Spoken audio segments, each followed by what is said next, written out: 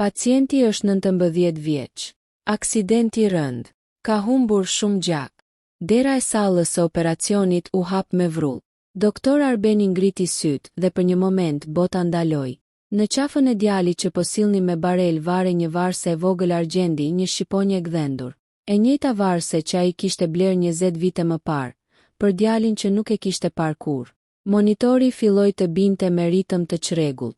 Doktor, po e humbasim. Por Arbeni nuk po luftonte vetëm për një pacient. Ai po luftonte për djalin e tij. Dhe nuk kishte asnjë ide se e vërteta do të ishte edhe më tronditëse. Zgjedhja e ndëroi jetën. Spitali Shënmëria ishte i njohur për disiplinën, rregullin dhe për një emër që përmendej me respekt në çdo korridor. Doktor Arben Kelmendi. Ai ishte kirurg kardiotorakal, një nga më të mirët në vend. Njerëzit thoshin se kishte duar të arta. Pacientët udhëtonin nga qytete të tjera vetëm për të operuar nga ai.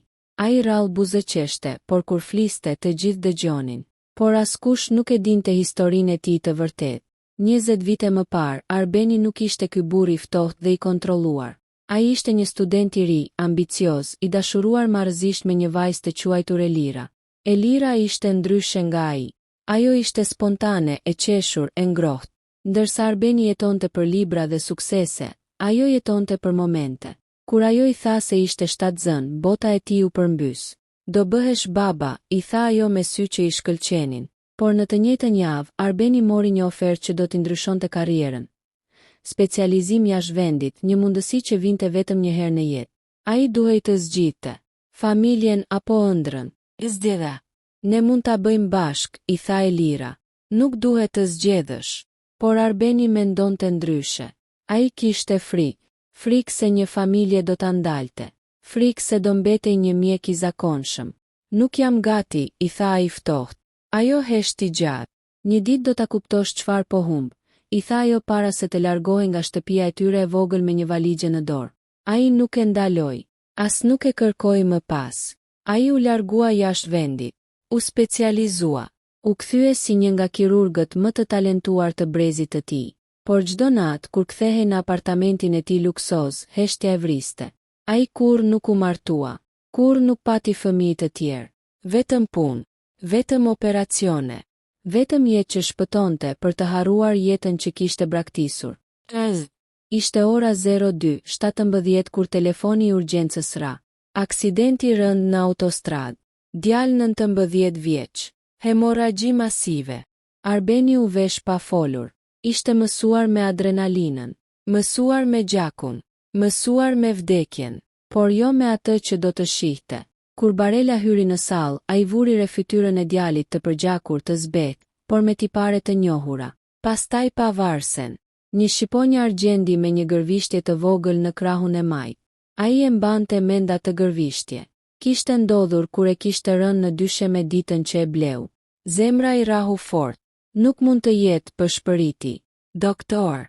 Infermierja e pa e habitur. Ai u kthjellua me njëherë. Anestezia. Tani. Lufta. Operacioni ishte brutal. Mëlçia e dëmtuar. 2 brinjë të thyera që kishin shpuar mushkërit.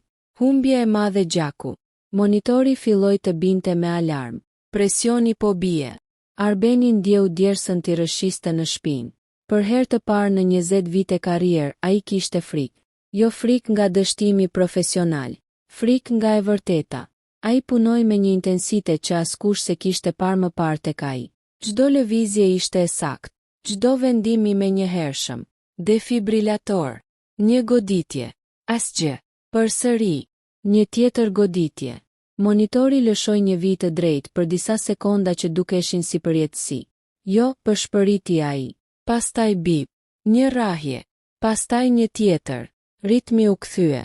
Salla shpërtheu në frymëmarrje të lehtësuara, por Arbeni qëndroi i ngrirë, sepse në thellësi të zemrës ai tashmë e dinte. Mëngjesi i sirë vërtetës. Në korridor, ndërsa dielli i parë i mëngjesit hynte përmes dritares, një grua qëndronte ulur me duart që i dridheshin. Kur e pa, Arbeni ndjeu tokën t'i lëkundej. Elira. Vitet kishin kaluar, por syt ishin të njëjtë. Ai është djali yt, tha ajo me zë të ulët. Bota u bë e heshtur. Quhet Daniel. Arbeni nuk mund të fliste. Unë nuk ta mora kur mundësin të jesh baba, vazhdoi ajo. Ti e zgjodhe vetë. Fjalët e saj ishin të buta por therse. A e di ai? Mezi e nxori zërin. Po. Një heshtje e rëndë ra mes tyre. Ai gjithmonë ka dashur të takoj. Hekimi. Kur Danieli hapi syt disa ditë më vonë, gjëja e parë që pa ishte një burr me flokë të thinjur, me sy të lodhur që po e shikonte sikur po shihte mrekullim më të madhe në botë. Ti je doktori? Pyeti Danieli me zë të dobët. Arbeni gëlltiti. Po dhe. Fjala i ngeci në fyt. Dhe jam babai yt. Sytë e djalit u mbushën me lot. E dia, tha ai me një buzëqeshje të zbehtë. Mami më ka treguar gjithçka.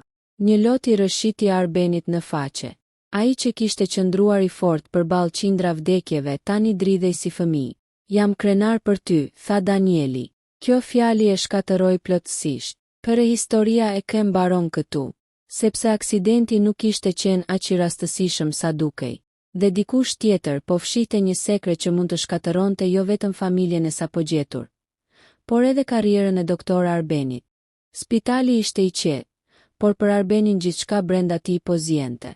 Danieli po rikuperohej. Operacioni kishte qenë një sukses mjekësor, por tani, për herë të parë pas shumë vitesh, Arbeni nuk mendonte si kirurg. Ai mendonte si baba, dhe diçka nuk i jepte qetësi. Detaji ke përputhej. Aksidenti ishte raportuar si përplasje me shpejtësi të lartë në autostradë, por kur Arbeni kishte parë plagët e Danielit, diçka i dukej e çuditshme. Dëmtimet nuk përputheshin plotësisht me një përplasje frontale. Frakturat ishin anësore. Dëmtimi në mëlçi ishte i lokalizuar, dhe kishte një shenjë të errët në krahun e majt, si nga një goditje e fortë para aksidentit. Ai kishte parë qindra aksidente. Ky nuk duke i zakonshëm. Dosja e shtur. Në zyrën e tij, vonë në mbrëmje, Arbeni hapi dosje mjekësore. Raporti i urgjencës ishte i shkurtër. Shumë i shkurtër. Makina doli nga rruga. Nuk kishte dëshmitar. Nuk kishte dëshmi alkooli. Nuk kishte frenim të gjatë në asfalt. Shumë boshllëqe. Ai ngriti telefonin. Dua raportin e plot të policisë, tha me ton të prerë. Kamera e sigurisë. Të nesërmen, ndërsa po kalonte në korridorin e administratës, dëgjoi dy infermier që flisnin me zë të ulët. Thanë që makina tjetër u largua nga vendi i ngjarjes. Arbeni ndaloi. Çfarë makine tjetër? Pyeti ftohtë. Infermierët u stepën. Ne menduam se e dinit, doktor. Ka pasur dy automjete. Zemra i ra fort në kraharor. Pra nuk ishte aksidenti thjesht. Ishte përplasje. Dhe dikush ishte larguar. Copsat e bashkoheshin. Kur raporti i policisë më në fund bëriti, një detaj i vogël i ra në sy. Një dëshmitar anonim kishte raportuar një makinë të zezë luksoze që kishte ndjekur Danielin për disa kilometra para përplasjes. Makina e zezë. Arbeni ndjeu një ndjesi të ftohtë në shpinë. Ai njihte dikë që drejtonte një makinë të zezë luksoze. Konflikti i vjetër. Një muaj më parë, Arbeni kishte refuzuar një marrëveshje të diskutueshme brenda spitalit. Administratori i ri, një burr ambicioz i quajtur Mentor Gashi, kishte kërkuar që disa procedura të përshpejtoheshin për pacient privat me pagesë të lartë. Arbeni kishte thënë jo. Unë operoj sipas nevojës mjekësore, jo sipas portofolit, kishte deklaruar ai në mbledhje. Që nga ajo ditë, marrëdhënia mes tyre ishte bërë e ftohtë. Mentori drejtonte një makinë të zezë luksoze. Një video e fshirë. Arbeni kërkoi pamjet e kamerave të sigurisë në parkingun e spitalit, natën e aksidentit. Tekniku i hezitoi. Doktor, disa minuta mungojnë. Mungojnë. Sytë e Arbenit u ngushtuan. Janë fshirë. Fshirë nga kush? Heshtje. Dyshimi bëhet frymë. Në kokën e tij filloi të ndërtohej një skenar i frikshëm. Po sikur Danieli të mos ishte thjesht viktime e një aksidenti. Po sikur dikush të kishte dashur të godiste atë. Dikush që e dinte se ai kishte një dobësi. Dhe tani, për herë të parë, ai kishte një dobësi të qartë. Një djalë. Biseda e Danieli. Kur Danieli u përmirësua mjaftueshëm për të folur gjatë, Arbeni u ul pranë shtratit. A e mbani mend çfarë ndodhi? Pyeti butë. Danieli mendoi për disa sekonda. Një makinë më ndiqte, tha ai. Nuk e di pse. Mendova se ishte rastësi, pastaj më goditi nga ana. Arbeni ndjeu gjakun t'i zjente. A e pe shoferin? Danieli tundi kokën. Xhamat ishin të zinj. Kërcimi. Atë mbrëmje, telefoni i Arbenit ra nga një numër i panjohur. Mos u përzie në gjëra që nuk i kupton, tha një zë i thellë. Kli. Zemra i rahu fort. Tani ishte e qartë. Kjo nuk ishte rastësi. Përbëla. Arbeni hyri në zyrën e Mentor Gashit pa trokitur. Mentori ngriti syt i qetë. Doktor, çfarë kënaqësie. Makina jote ishte në autostrada të natë. Pyeti Arbeni drejt për drejt. Një buzëqeshje e lehtë u shfaq në fytyrën e mentorit. Po më akuzon për diçka? Nuk po akuzoj, po pyes. Mentori u ngrit ngadalë. Duhet të jesh i kujdesshëm, doktor. Reputacioni yt është i shkëlqyer. Do ishte për të ardhur keq nëse njollosej. Ishte një kërcënim i hapur. E vërteta e ërdhemb. Arbeni doli nga zyra me një vendim të qartë në mendje. Ai kishte kaluar 20 vite duke u përpjekur të ndërtonte një emër, por tani nuk po luftonte për emrin e tij, po luftonte për djalin, dhe këtë herë nuk do të zgjidhte karrierën. Prova. Tekniku i tes e gjeti fshehurazi një kopje rezervë të serverit. Në një kornisë të vetme, të pafshirë plotësisht, duke i qartë një makinë e zezë që dilte nga parkingu disa minuta para se të raportohej aksidenti. Targa ishte pjesërisht e dukshme, por mjaftueshëm. I përkiste një kompanie të lidhur me Mentor Gashin. Elmi. Arbeni ja dorëzoi provat policisë. Hetimi filloi. Mentori u thirr për pyetje. Disa ditë më vonë lajmi shpërtheu në media. Administratori i spitalit nën hetim për tentativë friksimi dhe manipulim provash. Arbeni qëndronte në dhomën e Danielit kur pa lajmin në televizor. Danieli e pa me sy të lagur. Ti po lufton për mua, apo jo? Arbeni buzëqeshi lehtë. Gjithmonë. Një zgjedhje e rë. Për herë të parë në jetën e tij, Arbeni e ndjeu se kishte bërë zgjedhjen e duhur. Ai mund të humbiste postin, mund të humbiste reputacionin, por nuk do të humbiste më djalin. Ndërsa policia thellonte hetimin, doli në pa një fakt ronditës. Makina që kishte goditur Danielin nuk ishte drejtuar nga Mentor Gashi. Ishte dikush tjetër, dikush shumë më pranë, dikush brenda rrethit të Arbenit. Dhe vërteta e plot sapo kishte filluar të dalë në dritë. Spitali nuk ishte më i njëjti për Arbenin. Korridore që dikur i dukeshin si rrugë të zakonshme pune. Tani ngjanin një labirinti ku çdo fytyrë mund të fshihte një sekret. Hetimi ndaj Mentor Gashit vazhdonte. Media fliste për korrupsion, për manipulim, për përplasje interesi, por një fakt i ri kishte dalë në dritë. Makina që kishte goditur Danielin nuk ishte regjistruar në emër të tij. Ishte në emër të një kompanie tjetër. Një kompani që kishte lidhje me fondacionin e spitalit, dhe fondacioni drejtohej nga një emër që Arbeni e njihte shumë mirë. Emri e tronditi. Kur polici i çështjes ja përmendi emrin, Arbeni ndjeu sikur toka ju zhduk nën këmbë. Ilir Dema, zëvendëskir urgu i tij, njeriu që kishte punuar për 12 vite krah tij, nxënësi që ai vete kishte rekomanduar për specializim, miku që kishte hyrë dalë në zyrën e tij pa trokitur. Ka prova që makina është përdorur nga dikush i afërt me fondacionin, tha polici. Dhe Ilir Dema ka qenë në zona të natë. Arbeni nuk fliste. Nuk mundej. Iliri nuk do ta bënte kurrë, i tha vetes. Por pastaj mendoi për javët e fundit. Iliri kishte qenë i heshtur, i tensionuar. Në mbledhjen ku Arbeni kishte refuzuar marrëveshjen e dyshimt financiare. Iliri kishte qëndruar i qetë, shumë i qetë. Madje kishte shmangur kontaktin me sy. A kishte qenë kjo shenjë? Biseda e parë. Arbeni e thirri në zyrë.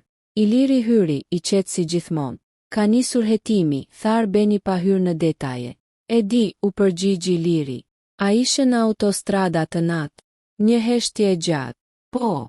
Zemra e Arbenit u shtrëngua. Pse? Iliri ngriti syt. Sepse po ndiqja makinën e gabuar.